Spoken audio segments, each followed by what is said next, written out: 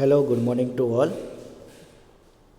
अपने जो है वो चैप्टर नंबर 2 पढ़ रहे थे, भौतिक राशि और मात्रक के बारे में।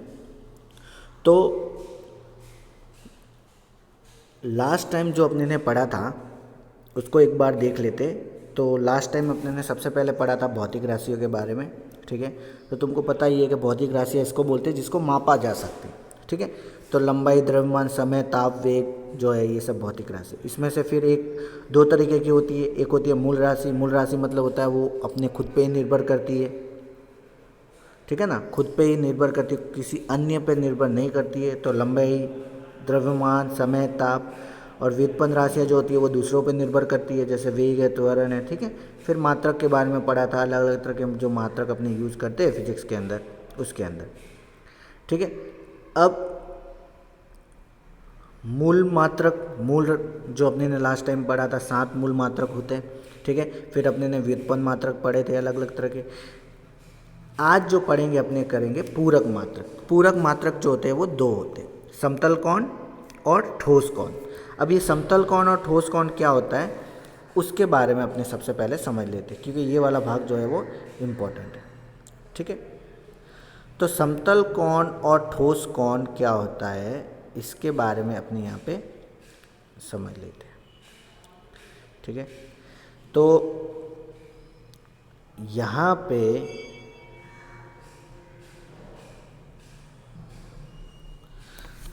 समतल कोण क्या होता है उसके बारे में, ठीक है। तो कोई भी कोण बन रहा हो, ठीक है, जैसे तुमने 10वीं क्लास में पढ़ा होगा तो इस तरह के कोण होते हैं। तो तुम ज्ञात कर सकते हो कि यहाँ पे कोण का मान ज्ञात कर सकते हो, पाइथागोरस थ्योरम से ज्ञात कर सकते हो, या तुम sine theta, cos theta, tan theta लगा के तुम त्रिकोणमिति लगा के भी ज्ञात कर सकते हो। लेकिन यदि मान लो ऐसा कोण हो, कोण ऐसा हो लेकिन बीच में ये सीधी रेखा ना हो के ऐसे यहाँ पे एक तरीके से यहाँ पे एक क्रॉस बना रहा हो, कर्व बना रहा हो यहाँ पे, ठीक है, इस तरह का कर्व बना रहा हो, तो कैसे ज्ञात करेंगे, ठीक है। तो थीटा का मान कैसे ज्ञात करेंगे, जैसे कि मान लो कि तुम्हारा, जैसे कि कोई भी, जैसे कि तुम पिज़्ज़ा खाने गए, ठीक है, पिज़्ज़ा खाने गए। अब पिज़्ज़ा तो कटिंग में आता है, तो तुमको एक बाइट दे दिया, ये वाला बाइट, तो ये वाला बाइट तुम देखोगे तो ऐसा बाइट है। तो अब इसका मान ज्ञात करना है, थीटा का मान ज्ञात करना हो, या इसका ये वाला जो भाग है, कर्व वाला भाग है, वो ज्ञात करना हो, तो तुम कैसे ज्ञात कर सकते हो, ठीक है ना। तो इसको चाप बोलते हैं अपने, ठीक है। तो ये चाप का मान ज्ञात करना हो, या त्रिज्या का मान ज्ञात करना हो, या थीटा का मान ज्ञात करना हो, तो किस तरह से ज्ञात कर सकते हैं। तो यहाँ पे इसका मान ज्ञात करने के लिए अपने समतल कोण का यूज करेंगे, ठीक है। अब समतल कोण में कैसा होता है कि जैसे कि मैं यहाँ पे कोण बना देता हूँ, ये कोण बना, ठीक है। अब ये वाला जो मान है वो अपने ने थीटा मान लिया। अब थीटा को बहुत ही छोटा बताना हो, थीटा से भी बहुत छोटा, तो उसको हमेशा फिजिक्स में डी थीटा लिखते हैं, तो इसको डी थीटा। अब ये मान लो कि ये इसकी त्रिज्या है तो आर, और इसको अपने ने चाप मान लिया। अब ये बहुत ही छोटा चाप है इसलिए इसको भी डी एस माना, ठीक है। अब अपने को थीटा का मान ज्ञात करना हो, ठीक है, थीटा का मान ज्ञात करना हो, तो अपने किस तरीके से इसका मान जो है वो ज्ञात कर सकते हैं।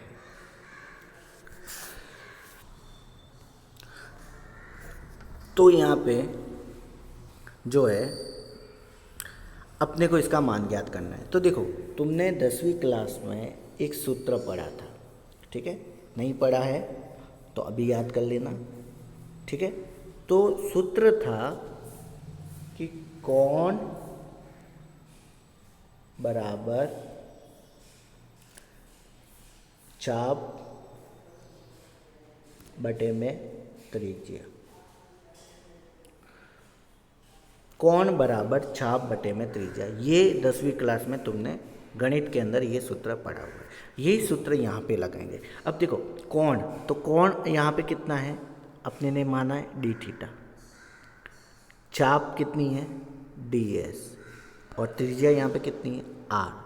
तो ये जो डी थीटा बराबर डी एस अपॉन जो आर होगा, यहाँ पे डी थीटा है बराबर डी एस अपॉन में आर, तो ये जो है कोण होगा उस कोण को अपने समतल कोण बोलते हैं। ठीक है, और इस कोण का जो मात्रक होता है उसको बोलते हैं रेडियन। ठीक है, तो अभी तक तो तुमने कोण को हमेशा थीटा में मापा है कि ये कौन सा जगह 60 डिग्री 70 डिग्री। अब जो डिग्री होता है थीटा जो होता है, अब इसको रेडियन में बदलना है, तो जो थीटा है उसको रेडियन में बदलने के लिए उसकी चाप, जितनी भी चाप है बटे में क्या आ जाएगा त्रिज्या, तो वो त्रिज्या यहाँ पे रख देंगे। तो इस तरीके से अपने उसका कोण को रेडियन में बदल सकते थे। यहाँ पे यही बताया हुआ है कि एक रेडियन जो होता है वो तलीय कोण है जो वृत्त की त्रिज्या के बराबर चाप, वृत्त की त्रिज्या के बराबर चाप वृत्त के केंद्र पर अंतरित रहता है, मतलब वृत्त के केंद्र पे, मतलब अंदर की तरफ केंद्र पे अंतरित रहता है। अब यहाँ पे एक कंडीशन दी है, मान लो कि डी एस बराबर आर है। अब ये आर के बराबर है, ये किसके बराबर है आर के बराबर। ये आर के बराबर होगा तो ऊपर वाला आर और नीचे वाला आर तो कट हो जाएगा, मतलब थीटा कितने होगा 1 रेडियन होगा।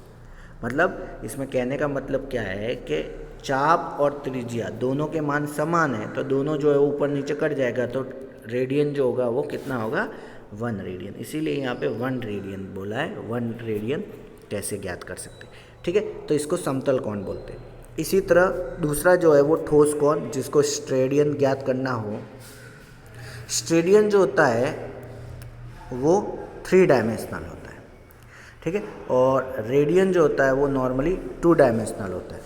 तो स्टेडियन में क्या होता है कि ये 3 डायमेंशनल दिया हुआ है, देखो। ठीक है ना, तो 3 डायमेंशनल में कैसा है कि यहाँ पे ये वाला भाग देखो, ये 3 डायमेंशनल। जैसे मान लो कोई भी रॉड है जो स्टार्टिंग से पतली हो और बाद में मोटी हो गई है, तो इसके बीच में जो थीटा बन रहा है, तो उसको उसका मान ज्ञात करना है, तो वो स्टेडियन के लिए अपने यूज़ करेंगे। तो स्टेडियन में भी कैसा होता है, जो अपने ने सूत्र देखा वो का वो ये। अब देखो यहाँ पे कोण जो है वो डी ओमेगा लिया है, त्रिज्या जो है वो आर लिए, और यहाँ पे जो चाप है वो डी ए के फॉर्म में, एरिया के फॉर्म में, बराबर। तो अपने ने जो सूत्र लिया था थीटा बराबर चाप बटे में त्रिज्या, तो चाप जो है, अब वो चाप कौन से फॉर्म में, डी ए के फॉर्म में, क्योंकि ये चाप है, लेकिन यहाँ पे तो चाप कैसी है, ऐसी चाप है, मतलब ये तो चाप थोड़ी है, तो एरिया बना रहा है, क्षेत्रफल बना रहा है, तो ये हो जाएगा अपना डी ए। तो कोण बराबर हो जाएगा चाप, चाप हो जाएगा डी ए बटे में त्रिज्या, तो त्रिज्या यहाँ पे कितनी है आर, पर यहाँ पे देखो ये क्षेत्रफल के फॉर्म में आर है, मतलब ऊपर भी आर होगा नीचे भी आर होगा, मतलब यहाँ पे आर स्क्वायर होगा, बराबर। मतलब तुमको ये याद रखना है कि स्टेडियम जो होता है वो 3 डायमेंशनल होता है, तो चाप जो होता है डी एस चाप, तो 2 है चाप, तो इसलिए क्षेत्रफल और 2 त्रिज्या। तो इस तरीके से यहाँ पे स्टेडियम का सूत्र जो हो जाएगा d omega equal to d a बटे में आर स्क्वायर, और यहाँ पे भी ऐसा बोला है कि ये जो डी ए है वो आर स्क्वायर के बराबर होगा, तो ऊपर और नीचे वाला जो आर है डी ए जो है वो आर स्क्वायर के बराबर हो जाएगा, तो डी ओमेगा जो है वो 1 स्टेडियम के इक्वल हो जाएगा। ठीक है, तो इस तरह से रेडियन और स्टेडियम के जो 2 पार्ट है वो इम्पोर्टेंट है, वो तुमको अच्छे से समझ लेना है। ठीक है, फिर इसके बाद वाला जो भाग है जो बीच में रह गया, मूल मात्रक, मतलब 1 मीटर किसको बोलते हैं इसकी परिभाषा, 1 किलोमीटर किसको बोलते हैं, ठीक है, 1 सेकंड की परिभाषा, 1 एम्पियर, 1 केल्विन, 1 केल्विन। तो ये कोई ज़्यादा इंपॉर्टेंट नहीं है, ये याद नहीं करना है था, खाली तुमको एक बार देख लेना है। ठीक है, जो इम्पोर्टेंट पार्ट है वही मैं बता रहा हूँ। फिर एसआई पद्धति की विशेषता क्या है ये भी तुमको नहीं करना है। अब देखो ये तुमको याद रखना है कि यहाँ पे अलग अलग जो सूत्र दिए हैं, जैसे आसमान में, जैसे यहाँ से पृथ्वी से सूर्य की दूरी ज्ञात करनी है, तो पृथ्वी से सूर्य की दूरी जो है वो AU में फाइन करते हैं। AU मतलब होता है एस्ट्रोनॉमिकल यूनिट, ए मतलब होता है एस्ट्रोनॉमिकल, यू मतलब होता है यूनिट, जिसको हिंदी में बोलते हैं खगोलीय मात्रक। ठीक है, तो खगोलीय मात्रक में क्या होता है कि एक एस्ट्रोनॉमिक यूनिट जो होता है वो 1.496 × 10⁻11 मीटर के बराबर होता है। ठीक है ना, तो ये मीटर में दिया हुआ है, लेकिन सूर्य जो है वो पृथ्वी से इतना दूर है कि उसको मीटर में लिखेंगे तो घात बहुत ज़्यादा होती है, तो इसको खगोलीय में लिख देते हैं ताकि बहुत कम संख्या जो है वो अपने को दिखती है। फिर एक होता है प्रकाश वर्ष, जिसको लाइट ईयर बोलते हैं। तो प्रकाश ईयर भी क्या होता है, पृथ्वी और चंद्रमा के बीच की दूरी या पृथ्वी या सूर्य के बीच की दूरी ज्ञात करनी है तो उसके लिए भी प्रकाश वर्ष का यूज़ करते हैं। तो एक प्रकाश वर्ष बराबर होता है 9 × 4 6 × 10⁻15 मीटर। तो यहाँ पे दो तरीके के सूत्र है, एक है खगोलीय जिसका मान है 1.49 × 10⁻11 मीटर, एक है प्रकाश वर्ष जो है 9.46 10⁻15। तो जब आगे वाले चैप्टर में पढ़ोगे तो कहीं पे ऐसा लिखा होता है कि मान लो कि एक ग्रह से दूसरे ग्रह की दूरी 480 प्रकाश वर्ष है, तो मतलब 480 प्रकाश वर्ष है तो 480 गुणे में जो प्रकाश वर्ष का मान है 9.46 × 10⁻15 है, उससे वो गुणा होगा, इससे अपने को उसका मान जो है वो मिल जाएगा। ठीक है, तो ये प्रकाश वर्ष। फिर आता है इसके बाद में पारसेक। ठीक है, तो पारसेक जो होता है वो अपना अभी जो अपने ने थीटा का मान ज्ञात किया है, कोण का मान किया है, तो वो पारसेक में क्या होता है कि जिस दूरी पर खगोलीय इकाई की लंबी चाप 1 सेकंड का कोण बनाती है तो उस दूरी को प्रकाश सेक बोलते हैं। मतलब इसमें क्या बताया है कि कोई भी जैसे कि चाप है, ये चाप ऐसे 1 सेकंड में जितना ये कोण बनाएगी, ठीक है ना, तो उस दूरी को अपने क्या बोलते हैं, पारसेक बोलते हैं। ठीक है ना, तो ये दूरी को अपने यहाँ पे पारसेक, तो इसके लिए भी यही सूत्र लगाएंगे, थीटा बराबर चाप बटे में त्रिज्या। ठीक है ना, अब फिर यहाँ पे एक पारसेक बराबर तुमको याद रखना है 1 एस्ट्रोनॉमिक यूनिट बटे में होता है 1 मिनट होता है।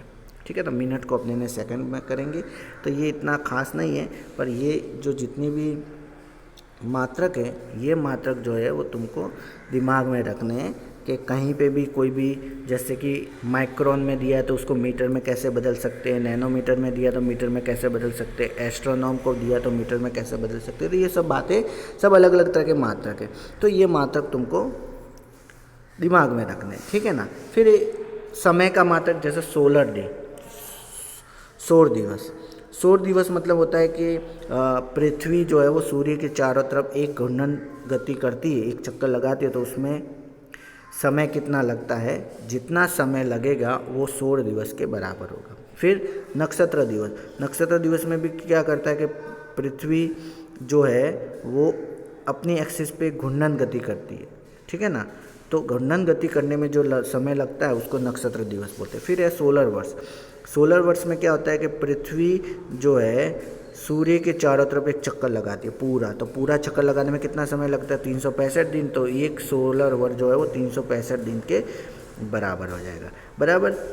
तो ये हो गया। फिर लूनर मास, लूनर मास तुमको पता ही है, मतलब चंद्रमा जो है वो पृथ्वी के चारों तरफ पूरा चक्कर लगाने में कितना है, तो अपने को पता है 28 दिन के आसपास में लगता है, तो ये 28 दिन के आसपास। तो इस तरीके से जो आज जो जितना भी अपने ने पढ़ा है वो सब बेसिक पार्ट है, तो तुमको जो बातें बोली है वही तुमको याद रखनी है, जैसे कि रेडियन और स्टेडियन के बारे में है वो याद रखना है, और दूसरा जो है वो तुमको एक बार देख लेना है, क्योंकि ये सब बेसिक पार्ट है, ज़्यादा इसका उपयोग ज़्यादातर नहीं होता है। ठीक है ना, तो इसमें खाली ये जो 3 चीज़ें हैं ये तुमको अच्छे से याद कर लेनी, क्योंकि आगे जाके ये सब चीज़ें जो है तुम्हारे यूज़ में आएगी।